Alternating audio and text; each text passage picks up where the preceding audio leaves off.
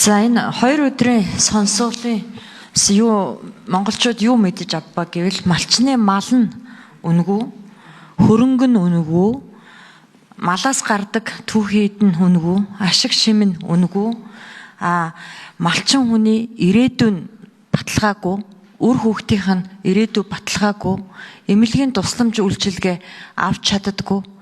Арай хийж нэг малчны тухай хуультай болсон чинь 20% нь огт хэрэгжидэггүй, 33% нь сул хэрэгжилттэй, нийтээ 53% нь хэрэгжидэггүй. Малчин хүн хотод ипотекийн байр авах эрх нь хаагдмал, малчин хүн хамгийн өндөр хүүтэй зээл авдаг. Тэгсэн хэрнээ тэрийг малчид маш үнэнчээр төлдөг. Тэгэхэд Монгол банк нь орж ирээд хамгийн эрсдэлтэй зээлийн ангилалд шууд оруулдаг.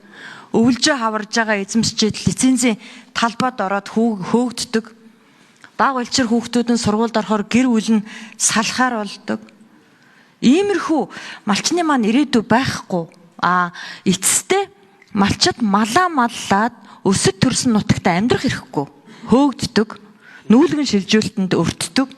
Энийг нь сонсдгоо, энийг нь ярихаар ад үздэг энэ төр ийм болжээ. Тэгээ ийм байхад өнөөдөр бид нар энэ юг хийж байгаа юм. Сонсголыг хийж байгаа юм. Тэгээ бид нар энд юу ч шийдэж өгч чадахгүй байгаа нь маш их харамсалтай байна л та. Тэгсэн хэрнээ Монгол улсын дангааршил, Монгол улсын өв соёл, Монгол улсын хэл, Монгол улсын тусгаар тогтнол энэ бүхий малчтын нуруунд дээр байдаг гэж. Мах нь арай хийж үнэтэй болсон ч одоо малчтанд гэмт хэрэгтэн болох гэж. Махны үн нэмсэн гэд. Ийм нөхцөл байдалд байгаамаа. Тэг би хөдөө аж ахуйн сайдаас ийм асуулт асуух гэсэн юм. За малын гаралтай түүхийн эдийг үнэтэй болгоё. Аль болохоор малчтыг орлоготой болгоё гэд Монгол улсын 2025 оны төсвийн гүйцэтгэлийг харсан байхгүй юу? Арьс ширний үйлдвэрийн салбарт 35 тэрбум төгрөгийн зээл олгосон байна л д.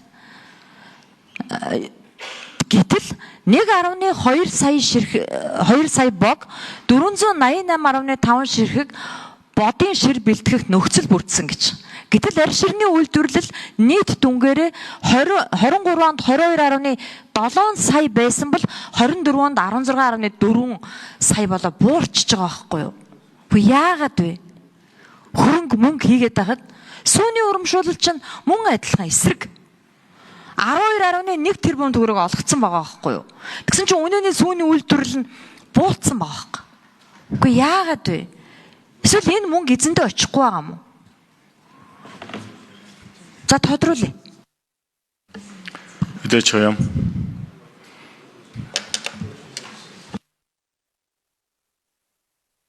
Ароник.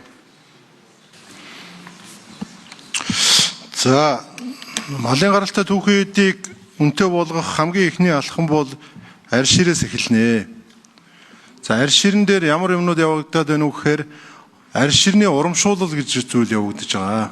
Дээрээс нь арьс ширний салбарт үйл ажиллагаа явуулж байгаа аж ахуй нэгжүүдийг эргэлтийн болон хөрөнгө оруулалтын зээлүүд олгож байгаа. За үүнийхээ хүрээнд Монгол улсад одоогоор том жижиг нийлсэн 20 гаруй аж ахуй нэгж байна.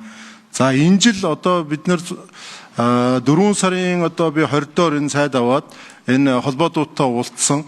Арьс ширний салбар бол бас үйл ажиллагаагаа сэргээжих бүрэн дүүрэн бололцоо бол байна гэж ингэж хараад 2 сарын хугацаанд бас нэлээдгүй олон зүйлийг боловсруулж гаад ингээд нэр бүхий 5 аймаг дээр үхэр хоньны арьс хаягдаад байгааг энэ одоо нэг 10,000 3,000-аас эхлүүлээд ингээ явуулъя гэдэг зүйл рүүгээ ороод эхлүүлээд туршаад үзэж байгаа. Энэ жил дахиад тэдний зүгээс ямар хүсэл тавьж гэнэ үг гэвэл арьс шир авдаг энэ үйлдвэрүүдэд эргэлтийн хөрөнгийн зээл хэрэгтэй байна гэд бид 35 тэрбум төгрөгийн эргэлтийн хөрөнгийн их усвар шийдэж өгсөн. Тэгэхээр энэ дээр нэг ийм зөрүү гараад байгаа юм. Шууд арьс ширнийхэнд 35 тэрбум төгрөг өгцсөн юм бол байхгүй. Энэ хүүний татаасанд 3 тэрбум төгрөгийн их усврыг бид гаргаж өгөөд арилжааны банкуд бусад эрсдлээ үүрээд энэ одоо арьс ширний компаниудад энэ 35 тэрбум төгрөгийн одоо зээлийг олгож байгаа.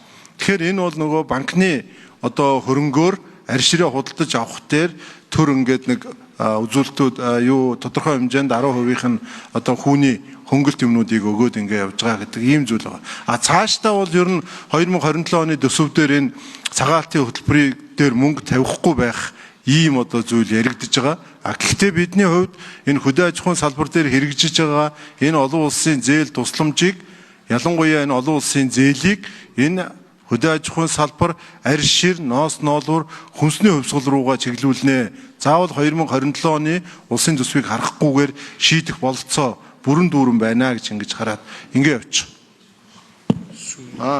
За сүүний урамшууллын хувьд энэ хэрэгжиж эхлээд бас жоохон амжилттай явж байгаа ийм төслөө гэж ингэж үзэж байгаа юм байна. Гэхдээ энэ дээр одоо бас нэг сүүний урамшуулал дээр эн чинь 10 сараас 3 сар хүртэл байгаа.